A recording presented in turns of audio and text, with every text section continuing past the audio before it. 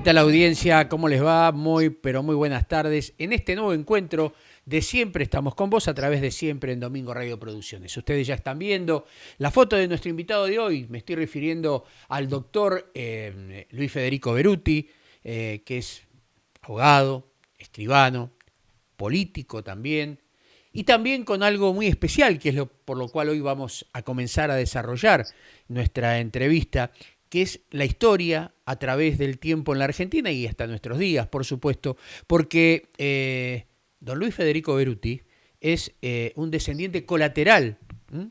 De Antonio Luis Beruti. ¿Se acuerda usted?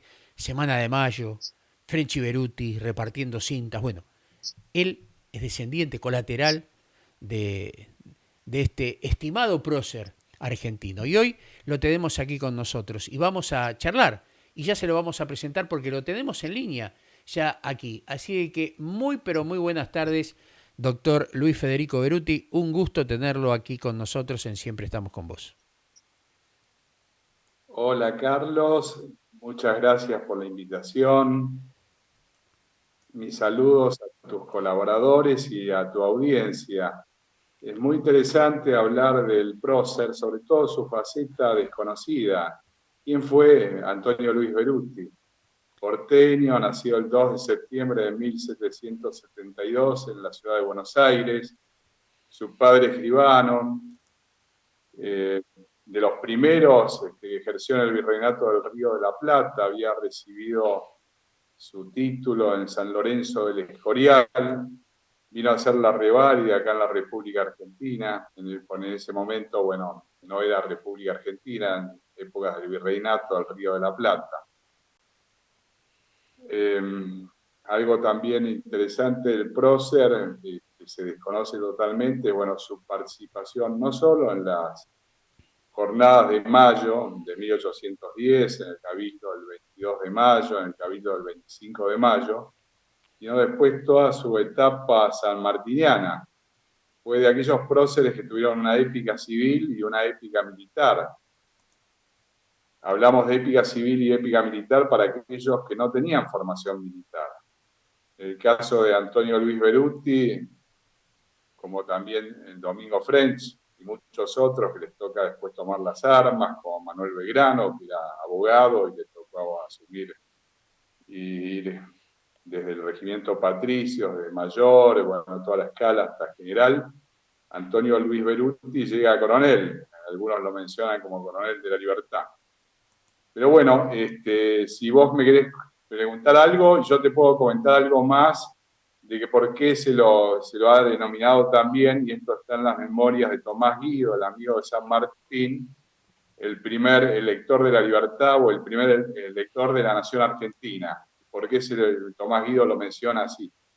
Eh, yo tengo algunos datos que fui tratando de extractar, ¿no? Más allá del folclore que habla que en la Semana de Mayo estuvo junto a Domingo French en ese reparto de cintas, y muchos hablan que era reparto de cintas celestes y blancas, otros hablan que eran cintas de color rojo, y tal vez la transmisión a través de la familia Beruti nos lleve a la verdad de lo que se estaba haciendo por un lado. Por el otro lado, alguna data de alguna biografía habla que Antonio habría nacido en Mendoza, lo cual no está confirmado y está ratificado por las palabras que vos dijiste al comienzo, porteño, dijiste en el año 1772, en un mes de septiembre.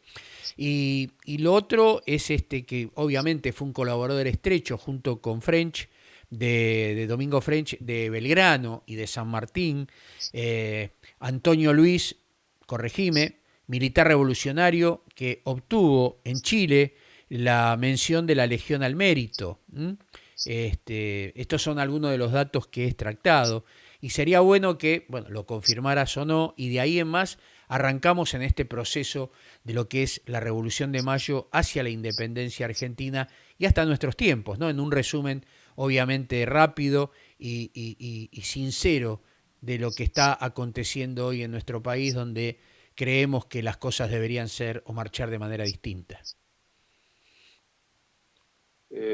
Sí, el tema de Mendoza, o sea, Antonio Luis Beruti era porteño. Su gran amor fue una mendocina, Mercedes Ortiz y Correa, 20 años menor, a quien él conoce cuando le toca acompañar al general José de San Martín, que desconoce mucho toda la gesta sanmartiniana. Antonio Luis Beruti fue segundo jefe del Estado Mayor de San Martín, mencionado particularmente por el propio José de San Martín en el parte de la batalla de Chacabuco, la cuesta de Chacabuco. También participa en Cancha Rayada, no así en la batalla de Maipo, Maipú. En la batalla de Chacabuco, en algún momento Bernardo O'Higgins, que tenía un valor temerario, esto es una versión también familiar, pero bueno, con bastante, pero era falto de visión estratégica, por lo menos así trascendió, no quedó en el parte de la batalla, ya que San Martín Magnánimo menciona con elogio a San Martín, a Soler, hace una mención especial a Antonio Luis Beruti, que dice: me secundó en la acción y cumplió mis órdenes y las transmitió como corresponde. Que ahí es un tirón de oreja a Bernardo Higgins, porque Bernardo Higgins, impetuoso, cuando ve al enemigo realista, invasor de su patria, estamos hablando de esa época, todos los próceres de la época hablaban de la creación de la patria nueva para cumplir una etapa, superar lo que era el viejo gobierno realista. Ya ahí estamos hablando de 1817, ya se había declarado la independencia de la corona española, no era ya la máscara de Fernando. Bueno, O'Higgins tenía las instrucciones de no atacar hasta que llegara la división de Soler. O'Higgins, impetuoso, se lanza contra los realistas habían avanzado, habían adelantado sus posiciones, y esa carga fue temeraria, pero también desafortunada, porque provoca un retroceso de O'Higgins, que no se esperaba en los realistas adelantados. Entonces San Martín, como las instrucciones de O'Higgins eran no atacar hasta esperar la llegada de la división de Soler, San Martín ataca con su Estado Mayor para apoyar a O'Higgins. Entre quienes lo secundan estuvo Antonio Luis Beruti, hasta que se logra restablecer y llega a la división de Soler, y después la gran victoria de la batalla de Chacabuco, y de ahí la mención especial de San Martín. Pero San Martín, así como rompió esas cartas de que se enteró de muchos que a lo mejor jugaban el doble juego, como a veces pasa hoy en día, que por un lado los salamadeaban a él y por otro también apuntaban cartas hacia los realistas, y las escuchó, mejor dicho, las leyó en privado, bajo, no me acuerdo si era un buno, creo, pero un árbol centenario, y después de haberlas leído, las destruyó para no dejar constancia. Siempre magnánimo el general Don José de San Martín. Qué interesante, ¿no? Realmente interesantísimo lo que estás contando. Pero vamos a irnos adelantando porque si bien tanto Beruti tiene es trascendente, si bien obviamente el cabildo realizado el 25 de mayo es el detonante y siguen luego a través del tiempo, pero avanzamos como independientes de España, pero todavía dependientes en un montón de situaciones, en el comercio, en las tradiciones. Y allá en 1816 en Tucumán se produce lo que es romper las cadenas con España, pero hasta 1853 no somos país. ¿Qué pasa en todo ese periodo, estimado Beruti? Correcto, yo sé que el tiempo a veces siempre es breve, pero te dar dos o tres temas que también se desconocen. Uno, primero me retrotraigo un poco más a las jornadas de mayo de 1810. Y esto está en las memorias, porque alguien dice, bueno, ¿de dónde surge esto? Más allá de alguna mención familiar o tradición familiar, de los papeles, después conocidos como memorias de Tomás Guido. Cabildo abierto el 22 de mayo de 1810, que nos recuerda, muchos habremos visto la película del Gato Pardo, o la anécdota Cambiar todo para que nada cambie. Y eso fue lo que pasó. En principio, en aquel momento no había un tema independentista, sino, digamos, las facultades del virrey habían caducado. En aquel momento la corona española había la invasión napoleónica, José Bonaparte. Entonces, en esa circunstancia, el 22 de mayo nos encontramos con una junta en la que el virrey no es virrey, pero es presidente de la junta y con mayoría realista. Porque a veces se habla también erróneamente de los españoles de la primera junta, y ahí, bueno, se lo menciona Mateu, y no me acuerdo ahora si es Larrea, no quiero ahí, pero en realidad eran catalanes. Claro. Siempre los catalanes no eran tan españoles. Siempre los catalanes tienen su ímpetu independentista. Bueno, la realidad es que los patriotas se sienten traicionados porque resulta de que lo que querían ellos que cambie se encuentran en el virrey presidiendo la Junta. De ahí viene la presión en las calles, una ocupación estratégica que tiene también Domingo French, que era como el cartero de aquella época, encargado de distribuir la correspondencia. No todos tenían derecho a voto, o sea, cuando se hablaba de los vecinos que podían votar, eran determinados vecinos. O sea, entonces ahí, digamos, como algunos políticos hoy en día hablan del poroteo, bueno, estaban viendo los números a ver quiénes podían votar a favor y quiénes en contra. Entonces ahí juega la picardía de los chisperos, la Legión Infernal, y French y Beruti, French con la distribución de las esquelas. Entonces, esas esquelas que eran de invitación, a algunos les llegó un día después, por ejemplo. O sea, Seguro. llegó tarde para votar, que sabían que no iba a votar a favor. Después, el tema de la famosa escarapela, bueno, de la imagen de Villiquen, de esos personajes tiernos para los niños, eso es, bueno, no fue real, o sea, en realidad la escarapela es de creación muy posterior, 1812, primer triunvirato. Después, bueno, el tema de la distinción de los realistas, porque en la primera etapa los bandos que estaban enfrentándose, ambos no podían distinguirse porque tenían el mismo lema y el mismo color. Entonces, el celeste y blanco surge a raíz del primer triunvirato, que si creo eran Paso, Chiclana y Zarratea, y después el general Manuel Belgrano enarbola la bandera, que es la que nos va a distinguir. Entonces, bueno, en esa ciega noche, del 24 al 25 de mayo, y esto está en los papeles y memorias de Tomás Guido, había mucha indecisión, no querían aceptarse, muchos no querían aceptar cargos públicos, entonces nadie terminaban de conformar quién podía ser la nueva composición de la Junta. Tal es así que Manuel Belgrano, en ese momento mayor del regimiento de patricios, llega a decir, bueno, que si el virrey sigue estando, él lo va a sacar por las armas, y hay quienes mencionan que también dijo que lo iba a tirar por el balcón, por la ventana, hasta que esto no se resolviera. Y en esa madrugada, en un momento dado de indecisión, algunos dicen que inspirado por lo alto, Antonio Luis Beruti pide papel y lápiz, y él de puño y letra hace una lista de la primera junta, que fue aceptada por todos, por eso se lo conoce, y así lo menciona Tomás Guido, como el primer elector de la libertad o el primer elector de la nación.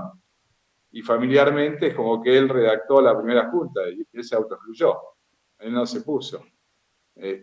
Ni él ni French, que eran quienes estaban movilizando a las calles, tenían muchas simpatías en los barrios populares, con los orilleros, bueno, eran temidos y respetados. Y Beruti tenía un gran corazón, era bravo, pero tenía un gran corazón, tan es así que después llegó a ser nombrado comisario general de prisioneros, que a medida que los ejércitos patriotas iban capturando realistas, que muchos de ellos no eran españoles, eran también compatriotas. Recordemos que Pío Tristán era criollo, nacido en estas tierras. Y bueno, lo enfrenta en las derrotas en Tucumán y Salta, si no me equivoco también. Con lo cual, esa es una anécdota que tampoco se conoce mucho, esa participación de Beruti en la composición de la primera Junta de Mayo. Y otra anécdota que tampoco se conoce, que es la gran relación con José de San Martín, que no solo es en el ejército de los Andes, es cuando se produce el combate de San Lorenzo. Cuando hablamos de aquellos patriotas que tuvieron una épica civil y una épica militar, y ahí estuvo Beruti. Beruti fue teniente gobernador de Santa Fe y teniente gobernador de Tucumán. Y en 1813, cuando se produce el combate de San Lorenzo, él era teniente gobernador de Santa Fe. O sea, él, le llega la comunicación de los heridos a través del cura de San Lorenzo, con el cura donde él estaba, y la organización logística, que si hoy en día vemos lo que demora organizar algo, en menos de 24 horas le estaban mandando no solo cirujanos por los heridos del combate, esto tengo, que después si hay tiempo es bueno, pues es un documento que no se conoce, que es una nota de Antonio Luis Beruti que menciona, no es muy larga, menciona cómo toma conocimiento del combate de San Lorenzo, del pedido del general de San Martín, cómo manda la provisión también de una ayuda, no solo médica y de provisiones, sino a través del teniente de granaderos Manuel Hidalgo, creo que son 30 granaderos y 33 blandengues como para apoyar, y también que tenían conocimiento de que los realistas podían ser reforzados por un bergantín llamado el Cachirulo. O sea, eso es muy interesante porque tengo una copia, ese documento debe estar en algún museo, pero bastante olvidado, una copia familiar que no es larga y es muy, muy interesante. Qué rica en anécdotas y en historia, ¿no? La Argentina, porque el movimiento independentista, ¿no? Se desarrolló en gran parte del país y tenemos que tener en cuenta que en aquella época no había WhatsApp, no había Internet, las noticias tardaban en llegar, pero cómo los movimientos en distintas provincias se daban para la independencia. Miremos el norte, miremos a Güemes y sus infernales apoyando la expedición sanmartiniana, que sin la contención de Güemes en nuestras fronteras hubiera sido casi imposible que San Martín pudiera haber desarrollado su camino por Chile hacia Perú, por ejemplo, donde también las provincias del litoral tuvieron lo suyo, de contención, incluso, bueno, ni hablar de Mendoza, más allá de esa barrera natural que es la cordillera de los Andes, pero cómo se movió la Argentina, que todavía no era Argentina, sino que era un pueblo que quería la independencia, un pueblo que quería manifestar la libertad de los yugos que la oprimían en ese momento, cómo fue extendiéndose esa palabra de libertad a través de los héroes de Mayo, ¿no? Y la repercusión que tuvo. Totalmente de acuerdo. Vos fíjate, también esto extrapolando a la actualidad, y después voy a seguir un poco también con otra etapa de Beruti en las guerras civiles que muestra la legalía de ambos bandos, que también se desconoce. Pero volviendo a la desafortunada frase del presidente de la República, el doctor Alberto Fernández, cuando hizo su comparación de los indios, bueno, el indiano era el criollo, era la argentinidad, así lo expresa Ricardo Rojas, que algunos hemos tenido la suerte por ahí de visitar la casa Museo Ricardo Rojas, en Charcas al 2800, el autor de la Restauración Nacionalista, bueno, que coincide en muchos aspectos también con un socialista como José Ingenieros, o sea, el criollo, el indiano, y lamentablemente, con todo el bagaje cultural que tiene nuestro país, esa frase de los indios, cuando las indias éramos nosotros, era la colonia, ¿no? Tal cual. Decir, o sea, muchos errores, lamentablemente mal asesorados, y te digo que lo digo con dolor, porque Alberto Fernández nace en 1959, yo nazco en 1960, los dos estudiamos Derecho por la misma época en la Facultad de Derecho de la Universidad de Buenos Aires, y en la primera elección, 1983, cuando se recupera la democracia, fuimos en listas distintas, en mi caso por UPAU, y él con un frente en el cual había desarrollistas, peronistas, y que el máximo referente era Jorge Argüello, el actual embajador de la República Argentina en los Estados Unidos, que si me pedís mi opinión, yo creo que es lo más meritorio que puede tener este gobierno, Sí, lo más que potable. es una no lo hayan podido impulsar, porque es una persona preparada, que uno podrá disentir, pero sabe, y yo creo que le habrá dado profunda vergüenza haber escuchado el mal manejo de la Cancillería, porque Felipe Solá, y acá me meto un poco, que a veces no quiero mezclar lo histórico que nos une a todos con la parte de partidos, que partido es parte de un todo, por eso no es,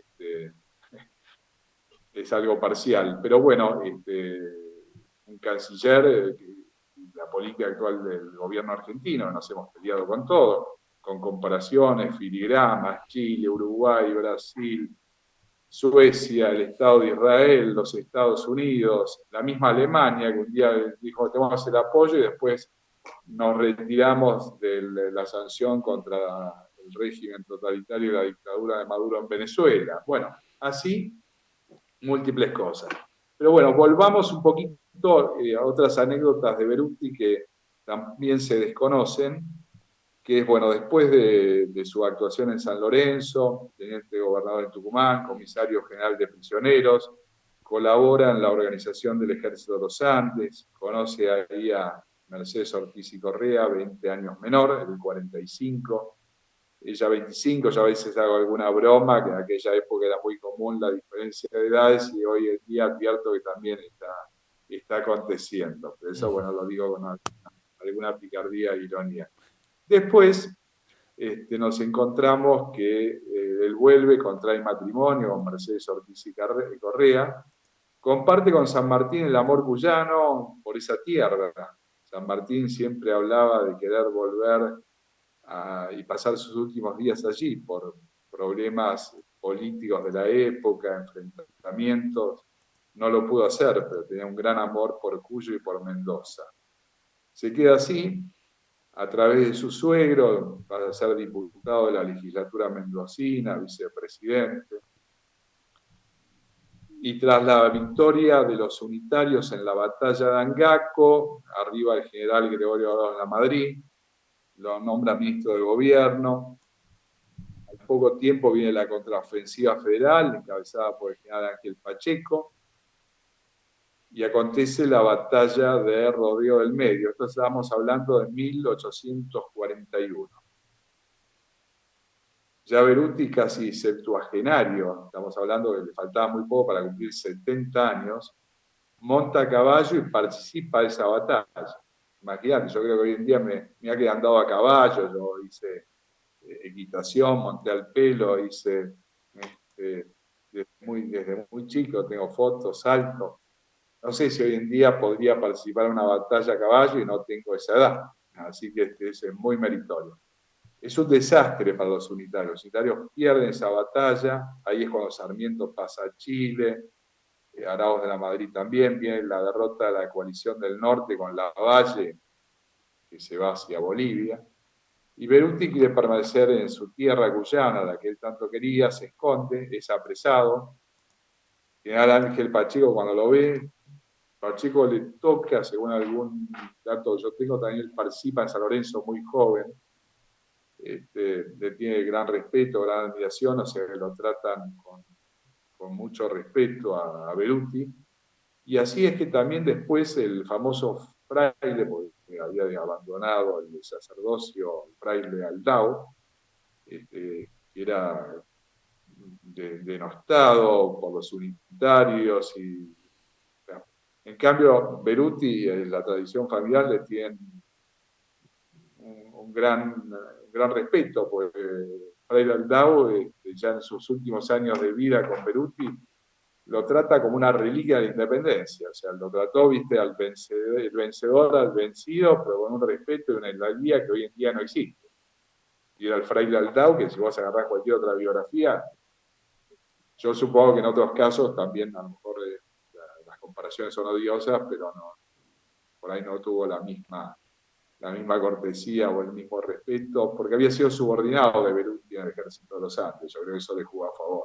Una pregunta, Bueno, una pregunta, perdón, Luis. sí, sí, La pregunta es, en ese momento histórico que estás hablando, ¿la Argentina se sí, debatía entre el federalismo, el unitarismo o el autoritarismo? claro. Unitarios y federales, esa guerra civil Ujú.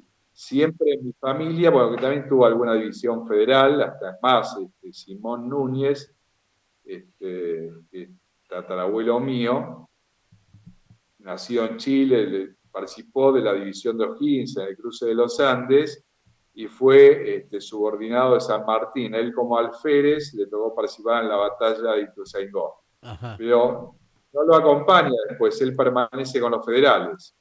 O sea, fíjate que a pesar que siempre habló muy bien de Lavalle, según hasta hay un pequeño, no te digo libro, pues algo medio familiar que se llama Dos generaciones al servicio de la patria, que habla de él y de su hijo, que le tocó participar en la Revolución del Parque. Ambos terminan su carrera como sargento mayor. En aquel momento sargento mayor es el equivalente a mayor hoy en día, y no acceden al generalato. Uno, Simón Núñez, porque estuvo con los federales, que después tras la batalla de Caseros, eso le fue una cuenta, digamos, que no le permite acceder. Y en el caso de su hijo Bernabé Fe Núñez, que participa y está a cargo de uno de los cantones, y habla de la traición de Luis María Campos con la famosa Revolución del Parque de 1890, donde está hoy en día el Palacio de Tribunales. Bueno, eso es otra historia muy, muy interesante, la Iglesia de las Victorias, ahí muy cercana, donde atendieron heridos de esos enfrentamientos, murieron más de 300 argentinos. ¿No?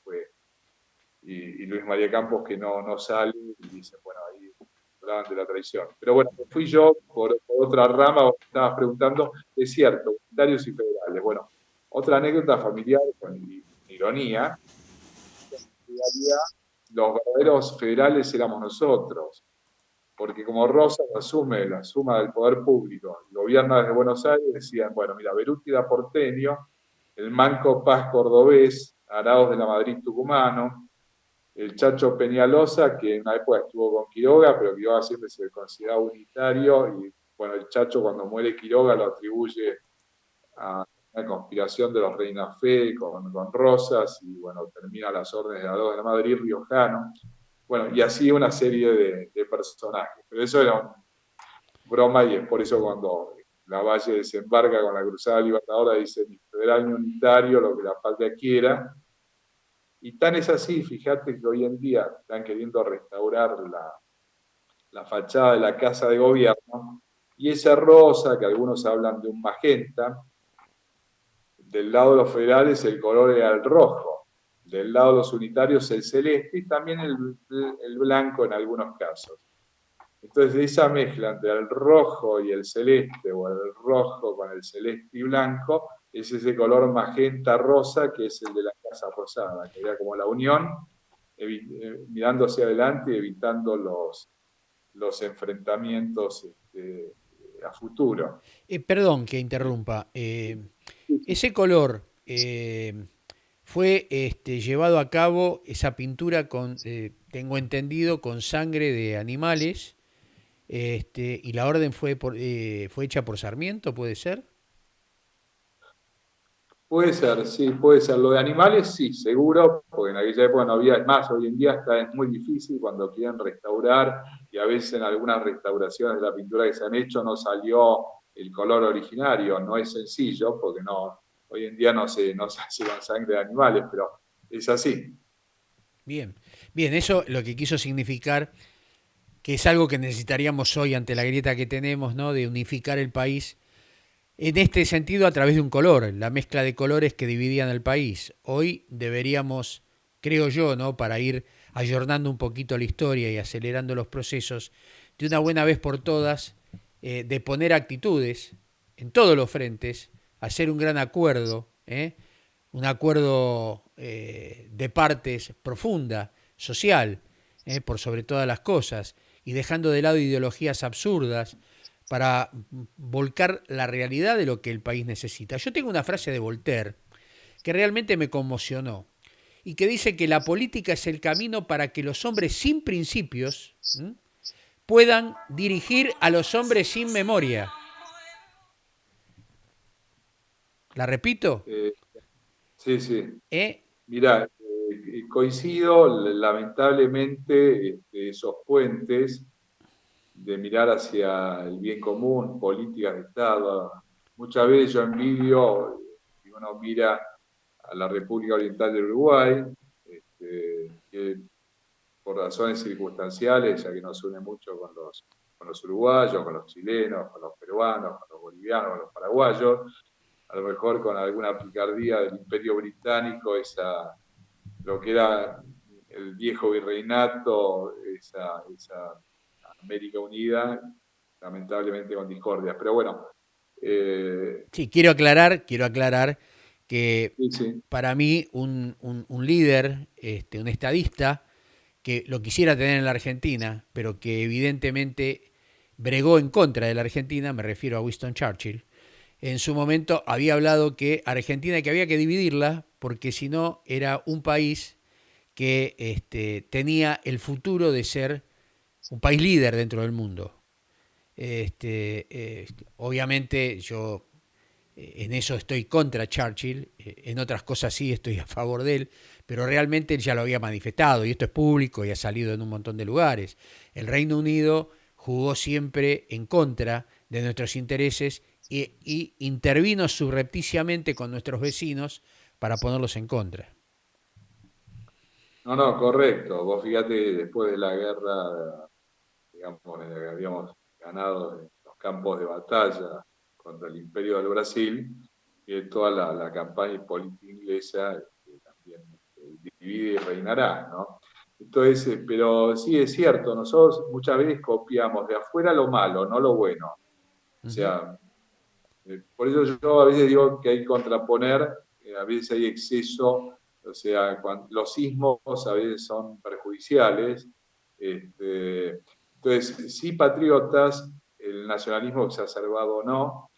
Cuando Mujica, después de haber participado del movimiento Tupamaros, hacía una autocrítica, siendo presidente de la República y nosotros desaprovechando oportunidades, esto lo cuenta un empresario, una reunión que convoca en Montevideo Mujica. Por un lado estaba la calle, el padre, creo, de la calle Pou, y el hijo de Bordaberry, del Partido Colorado. O sea, por un lado Mujica, Frente Amplio, la calle Partido Blanco, Bordaberry, hijo Partido Colorado. El padre de Bordaberry, cuando deja de lado y asume con un gobierno militar, a pesar de haber sido electo por el voto popular, es uno de los que es la etapa en que Mujica y su mujer son encarcelados. Y Mujica, como Nelson Mandela, en lugar de andar bregando el odio y mirando para atrás, piensa en el futuro y con grandeza hace también su autocrítica, como todos la debiéramos hacer, porque nadie es perfecto, no todo es blanco y negro. A veces hay muchos grises y todos tenemos virtudes y defectos, todos nuestros procesos. Todos tienen algo bueno y algo malo y tuvieron gestos de grandeza y gestos por ahí, algunos más, otros menos. ¿Y qué hace Mujica? Los convoca y les dice a los empresarios, aprovechando también una ventaja diferencial por los errores nuestros. En estos momentos, estos son los tres partidos que en el Uruguay pueden ser gobierno a futuro. Proponemos una política de Estado a 50 años, nos hemos comprometido los tres partidos políticos a respetar esto. Esto es el Partido Blanco, el Partido Colorado, el Frente Amplio va a ser respetado.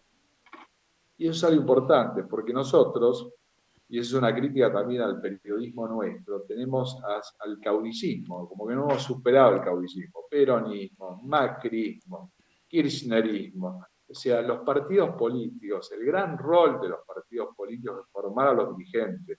Por eso festejo, y a veces he hecho muchas críticas, pero me gustó esta última iniciativa del Partido Demócrata Cristiano, de querer impulsar cursos de formación. Igual es muy importante saber quiénes van a estar a cargo de esos cursos, porque si el día de mañana los partidos políticos quieren tener ese llamado gabinete en las sombras, que era la preparación, a mí me tocó cuando yo de joven fui secretario de Educación del Partido Federalista de Centro, donde habían ido a recalar los demócratas cristianos que habían sido expulsados cuando la izquierda copa el partido, y hablo de referentes que habían estado con los doctores Manuel Ordóñez, Manolo para los amigos, Ambrosio Romero Carranza, Jorge Luis García Venturini. O sea, quedan los sectores más liberales, más conservadores, no de derecha, porque siempre la democracia cristiana habló que estaba a la izquierda de la derecha y a la derecha de la izquierda, en una posición de centro, como el Centrum, el partido alemán, que ya hoy en día no existe, y después recoge la Unión Demócrata Cristiana Alemana en Europa. Pero si nuestros dirigentes, en lugar de discutir por menudencias, se sentaran decir, ¿cómo vamos a generar empleo? ¿Cómo vamos a generar trabajo? Por ejemplo, los tres, ¿cómo puede ser un país de llanuras? Esto no tenemos, vemos con nostalgia estaciones como en Carlos Ken, en distintos pueblos del interior donde llegaba el tren, mismo Capilla del Señor, o sea, todavía un tren que circula, pero a duras penas. ¿Cómo no se puede generar empleo de volver y esto consensuarlo? ¿Cuál es el consenso? Y una de las cosas fundamentales es volver a hablar de partidos políticos. O sea, el partido político tiene una referencia de no el caudillo. Puede haber referentes importantes, pero vemos en el Uruguay, lo vemos en Chile, o sea, vemos en otros países, porque para no referirnos a Inglaterra, el Partido Conservador, el Partido Laborista, el Partido Liberal. Estados Unidos, bueno, tuvo algún tema de caudillismo este último con Trump, pero, o sea, el tema de los partidos, o sea, los partidos tienen que ser la formación de los dirigentes, la usina de ideas, la usina de propuestas, y no puede ser que esto no lo veamos. Y tenemos demasiados partidos políticos en la República Argentina. Yo creo que habría que aglutinar con distintas corrientes de pensamiento, si no queremos hablar de líneas internas, en las cuales se aglutinan en 4 o 5 corrientes de pensamiento y todos tienen lo bueno para aportar. Sí, Me encanta un socialismo como el que Alfredo Palacios, de los ingenieros, un conservadurismo de Emilio Ardoy, una democracia cristiana como con las ideas corrientes, como la de Horacio Sueldo, la de Manuel Ordóñez, el radicalismo con sus distintas vertientes, ya la de irigoyenista, la de Alvear. Bueno, todo esto hay que rescatarlo, y esto no se habla. Entonces seguimos hablando, a ver, y eso es también una culpa que debe hacer el periodismo. No hay que resaltar a la persona. La persona está hoy, mañana no está. E impulsar a la juventud no se le da lugar, no se le da espacio, a veces por temor, que pueda, bueno, darle cursos, capacitarla, formarla, porque si la dirigencia no está formada, hoy en día asume el poder y ¿qué va a ser? Un desastre. O alguien que a mí me ofreciera, que yo soy hombre de derecho, ir de ministro de Salud Pública. ¿Qué puedo saber de salud pública? Fui de seguro. paciente. Un Bueno, desastre. pero esto es una constante, Luis, a través de los años lo hemos visto, que el amiguismo es factor fundamental a la hora de los nombramientos, cuando lo que corresponde es que se deje de lado el partidismo cuando se asume el poder y buscar a los mejores, porque en realidad lo que han tomado es una aposta para el bienestar común y no para el bienestar propio de cada uno de los amigos de los que están en el poder. Esto en la Argentina se ha perdido. Y hoy la política, desgraciadamente, se ha convertido en una carrera como si fuera un trabajo común y silvestre, donde voy, tengo el presente y mi jugoso sueldo a fin de mes. Entonces, zapatero a su zapato, como recién decías vos, como abogado, como hombre de derecho, ¿qué harías en la salud pública? Hoy tenemos gente y chicos, y cuidado que no estoy en contra de la juventud, sino que a mí como me dieron la oportunidad siendo joven de ser gerente de una empresa, en mi juventud, porque estudié, porque me capacité, o tal vez porque tenía buenas ideas, o cumplía, no importa. El mérito es importante también, pero están desarrollando o están en lugares donde no tienen la menor idea y ni siquiera por ahí tienen un título secundario, que es lo peor. Entonces, Carlos, pero usted está en contra de la juventud. Vuelvo a repetir, no estoy en contra de la juventud, yo quiero lo mejor en cada lugar, porque luego, acá lo que no se entiende es que la persona tiene que quemar etapas para llegar a ciertos puestos. Hay que tener cierta experiencia, como quien dice que tener los pies colocados en la tierra, en el barro. Acá no tenemos que olvidar que tenemos muchísima población que no sabe lo que está en una cloaca, no es tener agua corriente, y eso es parte de la salud. Muchos dijeron que el cemento no daba de comer, y cuidado que no estoy hablando bien del partido que gobernó anteriormente, sino que digo que necesitamos el progreso en la Argentina. Así como hablaste de los trenes fueron fundamentales para el crecimiento no solamente de poblaciones, sino el crecimiento demográfico, políticamente, socialmente y políticamente, demográficamente mejor repartida la Argentina. No puede ser que hoy tengamos más del 50% de la población aglutinada entre provincia de Buenos Aires y capital federal. Realmente tenemos un país con maravillosas riquezas y que no las explotamos porque estamos mal distribuidos geopolíticamente hablando, porque las políticas de aquellos que asumen el gobierno parecería que tuvieran anteojeras. Tenemos una cantidad, y discúlpame porque la entrevista es para vos, ¿no? Pero me tengo que desahogar también. Tenemos una cantidad terrible de kilómetros y kilómetros de mar inexplotado, donde lo explotan los extranjeros y encima no pagan nada por hacerlo. Nos están depredando nuestros recursos naturales, no solamente los pesqueros, sino también las riquezas que tenemos, minerales, combustibles, todo aquello que el mar pueda dar. Bueno, realmente creo que la política en este momento está dejando de entrever muchas situaciones que antes muchos nos veían y que ahora empezamos a abrir los ojos. No, de acuerdo. Mira, cuando hablas del mar, y hemos perdido lo que es política con mayúsculas. En fines del 2001 tuve el gran honor y oportunidad de desembarcar en las Islas Malvinas, en un crucero, digamos, lo que era Puerto Argentino, la Falkland para ellos, o sea, no tiene puerto de aguas profundas, entonces había que bajar en lanchones y dependía del clima poder arribar a las islas. Lo primero que llegábamos nos encontrábamos con un letrero en inglés que traducido al castellano decía en aquel entonces, no creo que haya variado mucho: los argentinos son siempre bienvenidos en tanto y en cuanto renuncien al derecho de soberanía y respeten la libre determinación de los pueblos. Bueno, desembarcados, una señora nos pide, dice, yo les pago todo porque quería ir a visitar. En ese momento era mucho más difícil arribar al cementerio en Puerto Darwin para ver a nuestros combatientes. Había un hijo de ella que estaba ahí. Yo les pago, digo, no, miren, a mí también me interesa, compartimos. No conseguimos que nos llevaran. En ese momento había bastante resquemor. Estuvimos recorriendo Puerto Argentino, que fue lo que nos permitió las horas que estuvimos allí. Lo que nos llamó la atención ya en ese momento, había mejorado muchísimo por lo que las referencias que uno tenía al nivel de vida de los isleños, pero en cada casa ahí había una pequeña huerta atrás que vos veías, con lo cual había producción propia. Les digo, ¿cómo un país tan vasto como la República Argentina nos encontremos con situaciones de miseria, de hambre? ¿Dónde están los cursos agrícolas para preparar, fomentar o cómo distribuir la población?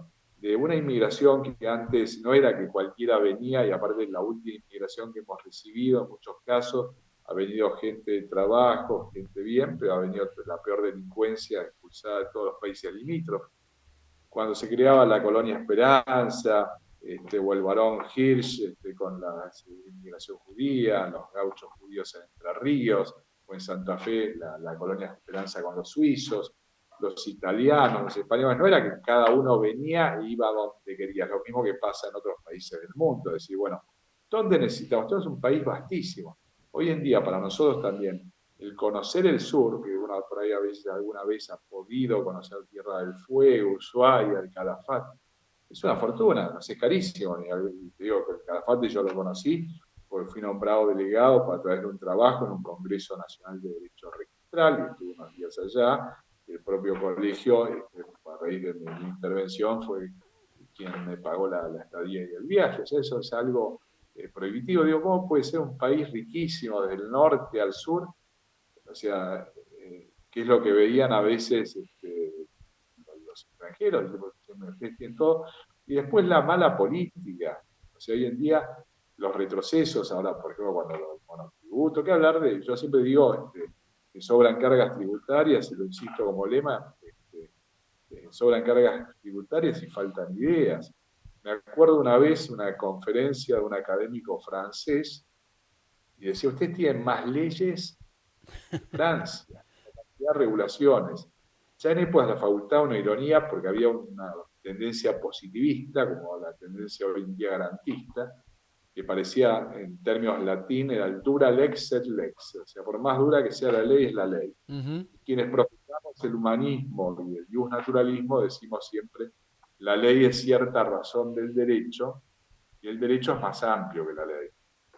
Carl Schmitt, aquel teórico constitucional del nazismo, claro, si la ley lo dice hay que cumplirla, y no necesariamente es así. Pues si la ley fue la que provocó las persecuciones contra los gitanos, contra los judíos, los progrom, matanzas de discapacitados, y estaban en la ley, la pureza racial. Bueno, de ahí mi bronca cuando yo lo escucho al presidente decir semejante barbaridad y después querer disculparse porque en realidad lo había escuchado a Lito Nevia y después habló de algo que con ironía decía los argentinos que todavía no sé si lo leyó después de Octavio Paz y Carlos Fuentes. Entonces, todos esos dos de propósito, decir, pero la clase dirigente nuestra, y esto en general, realmente, ¿qué clase de dirigente tenemos? Porque acá la guitarra, el folclore, por ahí tenemos gente muy preparada, a lo mejor no es carismática, no es simpática. El mismo Churchill, que vos lo mencionaste, después de la Segunda Guerra Mundial, él en la Segunda Guerra Mundial dice, ¿qué les puedo prometer? Sangre, sudor y lágrimas. Cuando se produce la elección después de la guerra, la pierde. Después volvió a ser elegido primer ministro de Inglaterra. Pero la primera elección gana la guerra y perdió la elección. Tal cual, tal cual. Para ir redondeando, estimado Luis, ¿cómo ves el panorama futuro de la Argentina? Porque evidentemente no estamos transitando el mejor momento y como vos decís, la dirigencia no está a la altura de las circunstancias, ¿no? Me refiero a toda la Sí, dirigencia, ¿eh? Todo el espectro, ¿eh? no, por supuesto. Yo creo que la crítica, cuando yo hablo que no se habla de partidos políticos, no se habla de escuelas de formación de dirigentes, se piensa en los chicos, en la próxima elección. O sea, todo el mundo está muy preocupado qué va a pasar en la próxima elección y el cargo que va a asumir o que va a elegir. Y hay que, me faltan gestos de grandeza. Es decir, escuchame, yo no quiero ningún que reunámonos, veamos, a ver qué hacemos. Entonces esa ventaja chica de querer salir y aceptar cualquier cargo, aunque sea en el lugar 27 en una lista, y esto yo he hecho mea culpa, y críticas, yo no, dentro de mi propio partido, que es la democracia cristiana. Por eso tampoco he querido asumir por no estar de acuerdo en algunas circunstancias un cargo en la última composición del partido de la Junta Ejecutiva. Entonces, si esa autocrítica no es general, estamos viendo una juventud que si haces una encuesta, de 10 7 se pueden ir del país, prefieren irse del país. ¿Cuál es el futuro que le ofrecemos a las jóvenes generaciones? Y no hablo solo de la capital, veamos el interior. Estas muchas restricciones, que nos habló de salud, había que preservar la salud por sobre la economía, un craso error de entrada de la salud y economía. Hoy en día está más afectada la salud y está afectada gravemente la economía. Ahora aparentemente se han dado cuenta y están tratando de reverlo, pero ¿cuáles son los gestos de grandeza? ¿Dónde está? ¿Cómo puede ser que en otros países veamos fotos de distintos expresidentes juntos que dejan de lado sus broncas, sus rencillas personales pensando en el bien común? Acá lamentablemente no lo vemos y hablamos de temas menores. Este, o sea, el camino, yo creo que hay que volver lo que yo aprendí de muy chico, me acuerdo en los 80, cuando todavía las urnas estaban bien guardadas, como decía la época de la dictadura y del gobierno militar, de ese maestro que fue Carlos Fay socialista, admirador de Alfredo Palacios, de José Ingenieros, y eso que yo me definía conservador. O sea, yo me acuerdo de chico, 20 años, una charla que salió en el diario La Razón de aquella época, en la Asociación de Abogados de Buenos Aires, que se llamaba ¿Hacia dónde se encamina la juventud? Y él trataba de impulsar, y en ese grupo hasta llegó a estar Mercedes Marcó del Pont, que hoy está desconocida, había desarrollistas, había radicales, conservadores, liberales, y él decía, escúcheme, la política, la democracia, la república es aprender a convivir con el que piensa distinto, no es eliminar al que piensa distinto, es respetar al que piensa distinto. Ujú. ¿Y cómo podemos buscar puntos de encuentro? ¿Cómo tender puentes? ¿Cómo lograr un proyecto de país? Si cada uno tira para su lado y nadie cede nada, esto es imposible. Seguro. Tal cual. Para resumir finalmente, ¿cuál sería tu mensaje al arco político? ¿M? Y al arco de ciudadanos que evidentemente están viendo qué van a hacer en las próximas elecciones, ¿no? Porque realmente allí es donde nos estamos jugando ya directamente, prácticamente estamos en el tiempo de descuento con algún gol en contra y no tenemos ni posibilidades de empatar si no hacemos un cambio profundo de las políticas argentinas, ¿no? En todo aspecto estoy hablando, ¿no? No solamente en el arco político, sino que profundas, pero profundos cambios en lo que es la sociedad, en lo que es la educación, lo que es la salud, eh, lo que son las reformas que necesitamos, y no precisamente las reformas para acomodarnos si tenemos situaciones judiciales, ¿no? Sino estoy hablando realmente de situaciones que venimos viviendo de que conviven con el poder y que no tenemos la pluralidad que tenemos que tener ni la división de poderes que debe existir por sobre todas las cosas en una democracia. Totalmente de acuerdo. Mira, yo me permito leer unas líneas de Ricardo Rojas, que creo es un poco también lo que se ha perdido Ricardo Rojas, a quien muchos conocen a lo mejor como el autor del Santo de la Espada, aquella biografía de José de San Martín, también la película en la cual intervino Alfredo Alcón. Y estas son unas pequeñas palabras que yo remarqué, un artículo de él sobre el hombre y el Estado en la democracia, en la cual él mencionaba, Ricardo Rojas, son palabras de él, la democracia no postula un pueblo en abstracto, una multitud que se atribuye la soberanía, sino hombres económicamente independientes e intelectualmente capaces, y admite la idoneidad como jerarquía. Ahora hablamos que la idoneidad no es importante. El Estado, que ella constituye, tiene por fuente el sufragio, pero la misión de ese Estado es la liberación material y moral del individuo por la perfección del voto y de la cultura. Y termino. El Estado ha de franquear los medios de la vida para que el individuo pueda realizar los fines de la vida. Economía y educación. Tales son las dos actividades máximas del Estado democrático, porque el hombre posee un cuerpo y un alma como la nación, conjunto de hombres, posee un territorio y una cultura. Esto lo decía Ricardo Rojas. Entonces, lamentablemente hoy vemos que la idoneidad no tiene importancia. La educación tampoco. El trabajo menos. Y la cultura ausente. Entonces, sin campaña de educación física, sin formación moral y sin una nueva clase dirigente, esto va a ser imposible. Yo creo que hay que armar un frente republicano por la libertad, tratando de volver a nuestras fuentes con los mejores de cada espacio, no porque esto sea la panacea, yo creo que van a pasar muchos años, pero como un punto de partida para que las próximas generaciones, siempre lamentablemente en nuestro país, nos quedamos, nosotros no lo vamos a ver, pero nuestros hijos sí. Cada generación que va pasando dice lo mismo. Esto es penoso. Sí, realmente hay que volver a las fuentes. Creo que nos quedamos estancados a partir de los 50. El crecimiento empezó a ser nulo, salvo opinión contraria. Para mí el mejor gobierno que fue destituido fue el de Arturo Humberto Ilia, por lejos. No teníamos los problemas políticos que empezó a introducir el castrismo, el guevarismo en la Argentina todavía.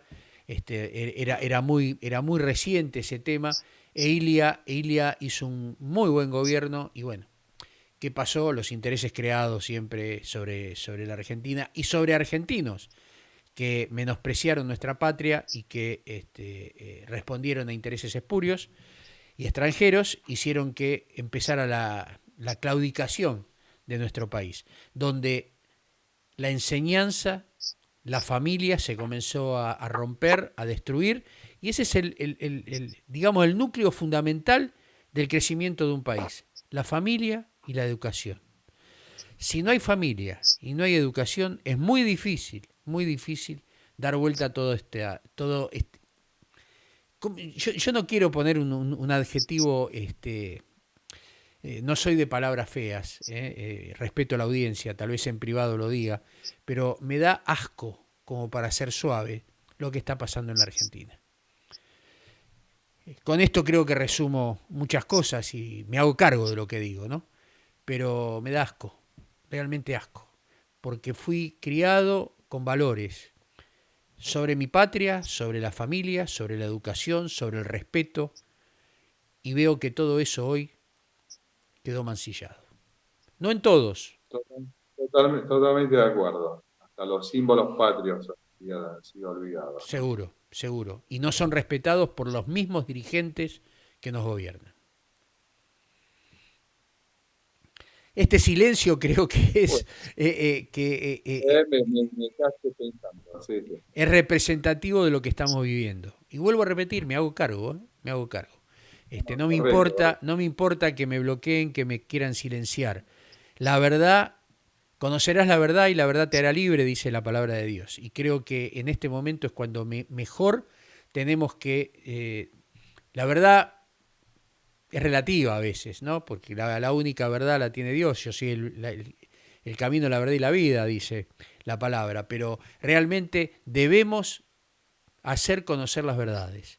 Y creo que, más allá de una ideología, las verdades que son la familia y la educación y los valores. Y a partir de allí se construye una nación. Cuando querés construir una nación sobre la arena es muy difícil que los cimientos perduren, pero cuando vos construís sobre una roca firme, seguramente vamos a alcanzar las metas que los buenos argentinos, que creo que somos la mayoría, buscamos para un futuro mejor. Correcto. Bueno, una vez más, te agradezco la invitación. No, Me por parece, favor, bueno, eh, en- eh, todos ha nos hemos sido quedado pensando. ha sido un placer escucharte, ha sido un placer realmente escuchar partes de la historia que muchos argentinos desconocen y que es bueno que conozcan. La Argentina tuvo y tiene historia. Respetemos la historia.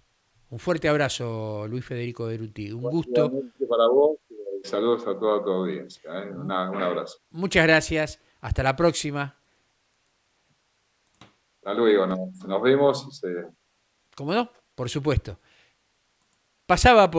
Pasaba por nuestro espacio el doctor Luis Federico Beruti. Realmente nos hemos enterado de un montón de cosas, ¿no? Que tal vez no sabía y que la tradición, el folclore, a través de la transmisión familiar, hemos conocido y que muchas veces que no están en los libros directamente. Y también allí con los tópicos de lo que la Argentina del pasado fue y de lo que está sucediendo hoy y lo que queremos todos los argentinos, que es el bienestar común, y llegar a un gran acuerdo para solucionar esta gran grieta que hoy tenemos y que realmente nos duele. Nos duele porque aquellos que amamos al país queremos lo mejor para todos.